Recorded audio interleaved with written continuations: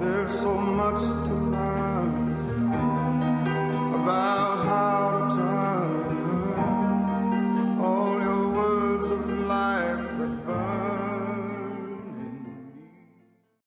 2 Samuel chapter 16. When David was a little past the top of the mountain, there was Ziba, the servant of Mephibosheth, who met him with a couple of saddled donkeys, and on them 200 loaves of bread, 100 clusters of raisins, 100 summer fruits, and a skin of wine. And the king said to Ziba, "What do you mean to do with these?" So Ziba said, "The donkeys are for the king's household to ride on, the bread and summer fruit for the young men to eat, and the wine for those who are faint in the wilderness to drink." Then the king said, "And where is your master's son?" And Ziba said to the king, "Indeed, he is staying in Jerusalem, for he said, 'Today the house of Israel will restore the kingdom of my father to me.'" So the king said to Ziba, "Here all that belongs to Mephibosheth is yours." And Ziba said, "I humbly bow before you, that I may find favor in your sight, my lord, O king." Now when King David came to Baal-Urim, there was a man from the family of the house of Saul, whose name was Shimei, the son of Gera, coming from there. He came out cursing continuously as he came, and he threw stones at David and at all the servants of King David, and all the people and all the mighty men were on his right hand and on his left. Also Shimei said thus when he cursed, come out, you bloodthirsty man, you rogue. The Lord has brought upon you all the blood of the house of Saul, in whose place you have reigned, and the Lord has delivered the kingdom into the hand of Absalom your son. So now you are caught in your own evil, because you are a bloodthirsty man." Then Abishai, the son of Zeruiah, said to the king, "Why should this dead dog curse my lord, the king? Please, let me go over and take off his head." But the king said, "What have I to do with you, you sons of Zeruiah? So let him curse, because the Lord has said to him, 'Curse David.' Who then shall say, 'Why have you done so?'" And David said to Abishai and all his servants, "See how my son who came from my own body seeks my life. How much more now may this Benjamite? Let him alone, and let him curse, for so the Lord has ordered him. It may be that the Lord will look on my affliction, and that the Lord will repay me with good for his cursing this day." And as David and his men went along the road, Shimei went along the hillside opposite him and cursed as he went, threw stones at him, and kicked up dust. Now the king and all the people who were with him became weary, so they refreshed themselves there. Meanwhile Absalom and all the people, the men of Israel, came to Jerusalem, and Ahithophel was with him. And so it was, when Hushai the Archite, David's friend, came to Absalom, that Hushai said to Absalom, "Long live the king! Long live the king!" So Absalom said to Hushai, "Is this your loyalty to your friend? Why did you not go with your friend?" And Hushai said to Absalom, "No, but whom the Lord and this people and all the men of Israel choose, his I will be, and with him I will remain. Furthermore, whom should I serve? Should I not serve in the presence of his son? As I have served in your father's presence, so will I be in your presence." Then Absalom said to Ahithophel, "Give advice as to what we should do." And Ahithophel said to Absalom, "Go into your father's concubines, whom he has left to keep the house. And all Israel will hear that you are abhorred by your father. Then the hands of all who are with you will be strong. So they pitched a tent for Absalom on the top of the house. And Absalom went into his father's concubines in the sight of all Israel. Now the advice of Ahithophel, which he gave in those days, was as if one had inquired at the oracle of God. So was all the advice of Ahithophel, both with David and with Absalom.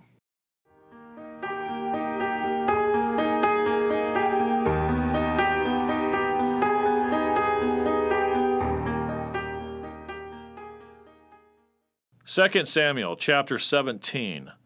Moreover, Ahithophel said to Absalom, Now let me choose 12,000 men, and I will arise and pursue David tonight. I will come upon him while he is weary and weak, and make him afraid. And all the people who are with him will flee, and I will strike only the king. Then I will bring back all the people to you, when all return except the man whom you seek. All the people will be at peace. And the saying pleased Absalom and all the elders of Israel. Then Absalom said, Now call Hushai the Archite also, and let us hear what he says too. And when Hushai came to Absalom, Absalom spoke to him, saying, Ahithophel has spoken in this manner. Shall we do as he says? If not, speak up. So Hushai said to Absalom, The advice that Ahithophel has given is not good at this time. For, said Hushai, you know your father and his men, that they are mighty men, and they are enraged in their minds, like a bear robbed of her cubs in the field. And your father is a man of war, and will not camp with the people. Surely by now he is hidden in some pit, or in some other place. And it will be, when some of them are overthrown at the first, that whoever hears it will say, There is a slaughter among the people who follow Absalom. And even he who is valiant, whose heart is like the heart of a lion, will melt completely. For all Israel knows that your father is a mighty man, and those who are with him are valiant men. Therefore I advise that all Israel be fully gathered to you, from Dan to Beersheba, like the sand that is by the sea for multitude, and that you go to battle in person. So we will come upon him in some place where he may be found, and we will fall on him as the dew falls on the ground. And of him and all the men who are with him there shall not be left so much as one. Moreover, if he has withdrawn into a city, then all Israel shall bring ropes to that city, and we will pull it into the river until there is not one small stone found there. So Absalom and all the men of Israel said, The advice of Hushai the Archite is better than the advice of Ahithophel. For the Lord had purposed to defeat the good advice of Ahithophel, to the intent that the Lord might bring disaster on Absalom. Then Hushai said to Zadok and Abiathar the priests, Thus and so Ahithophel advised Absalom and the elders of Israel, and thus and so I have advised. Now therefore send quickly and tell David, saying, Do not spend this night in the plains of the wilderness, but speedily cross over, lest the king and all the people who are with him be swallowed up. Now Jonathan and Ahimaaz stayed at En Rogel, for they dared not to be seen coming into the city. So a female servant would come and tell them, and they would go and tell King David. Nevertheless, a lad saw them and told Absalom. But both of them went away quickly and came to a man's house in Baal-Harim, who had a well in his court, and they went down into it. Then the woman took and spread a covering over the well's mouth, and spread ground grain on it. And the thing was not known. And when Absalom's servants came to the woman at the house, they said, "Where are Ahimaaz and Jonathan?" So the woman said to them, "They have gone over the water brook." And when they had searched and could not find them, they returned to Jerusalem. Now it came to pass, after they had departed, that they came up out of the well and went and told King David, and said to David, "Arise, and cross over the water quickly. For thus has Ahithophel advised against you." So David and all the people who were with him arose and crossed over the Jordan. By morning light, not one of them was left who had not gone over the Jordan. Now when Ahithophel saw that his advice was not followed, he saddled a donkey and arose and went home to his house, to his city. Then he put his household in order, and hanged himself and died, and he was buried in his father's tomb. Then David went to Mahanaim, and Absalom crossed over the Jordan, he and all the men of Israel with him. And Absalom made Amasa captain of the army instead of Joab. This Amasa was the son of a man whose name was Jithra, an Israelite, who had gone in to Abigail, the daughter of Nahash, sister of Zeruiah, Joab's mother. So Israel and Absalom encamped in the land of Gilead.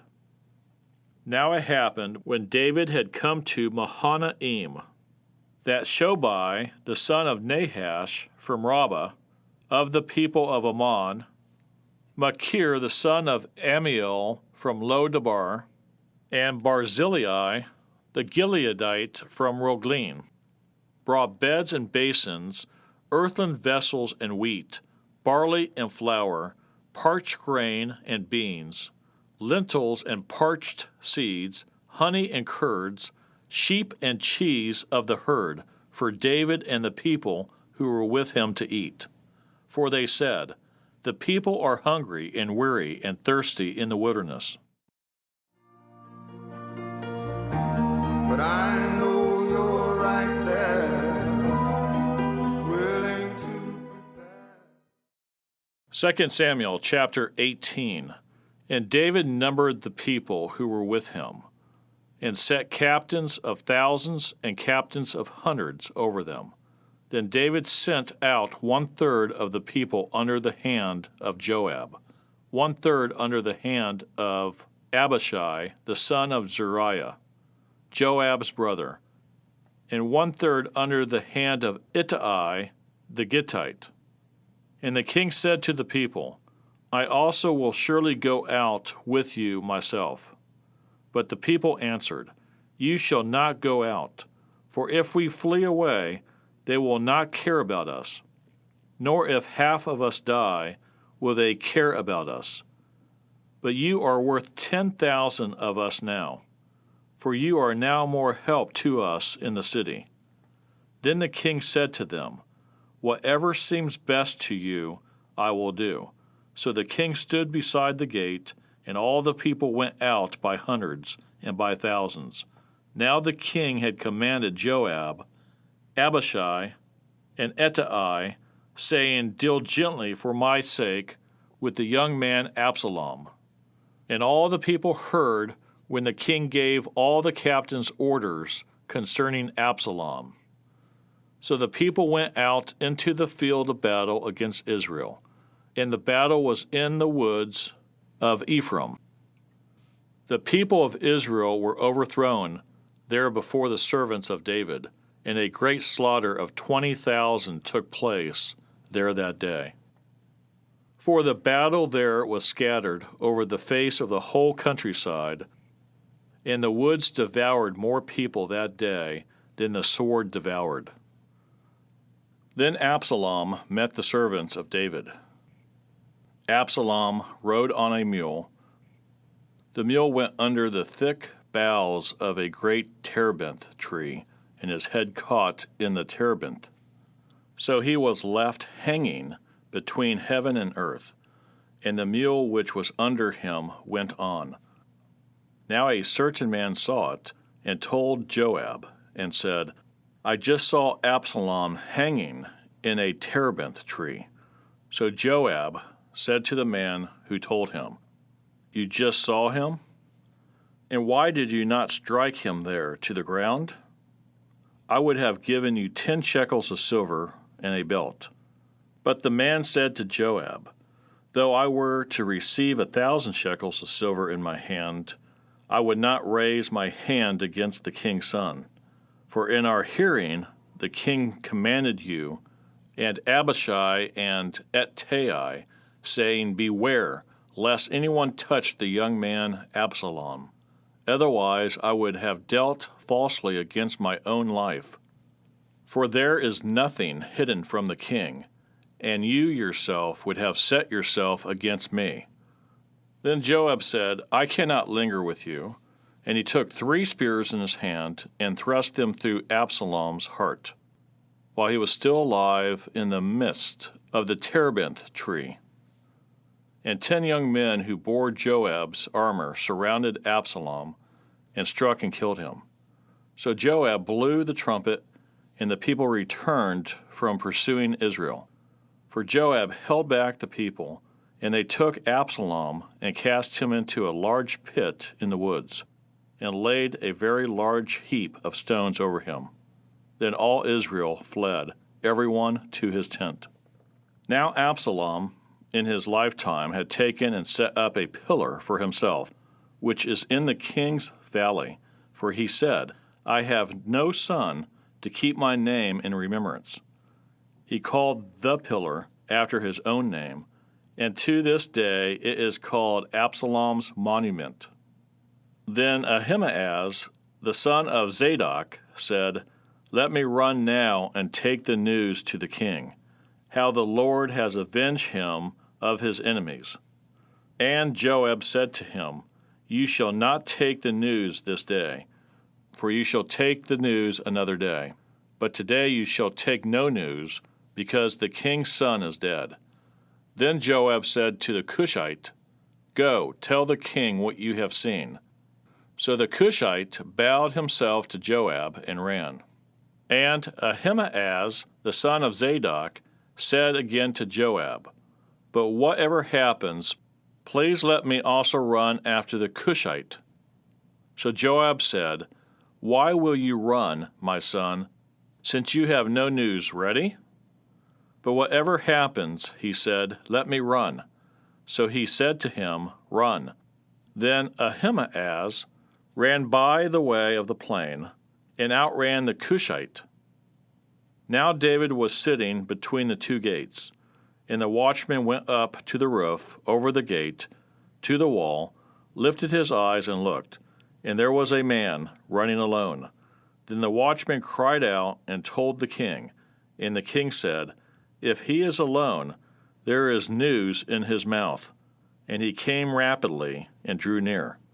Then the watchman saw another man running, and the watchman called to the gatekeeper and said, There is another man running, alone. And the king said, He also brings news. So the watchman said, I think the running of the first is like the running of Ahimaaz, the son of Zadok. And the king said, He is a good man and comes with good news.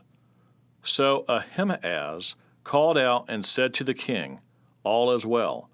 Then he bowed down with his face to the earth before the king, and said, Blessed be the Lord your God, who has delivered up the men who raised their hand against my lord the king.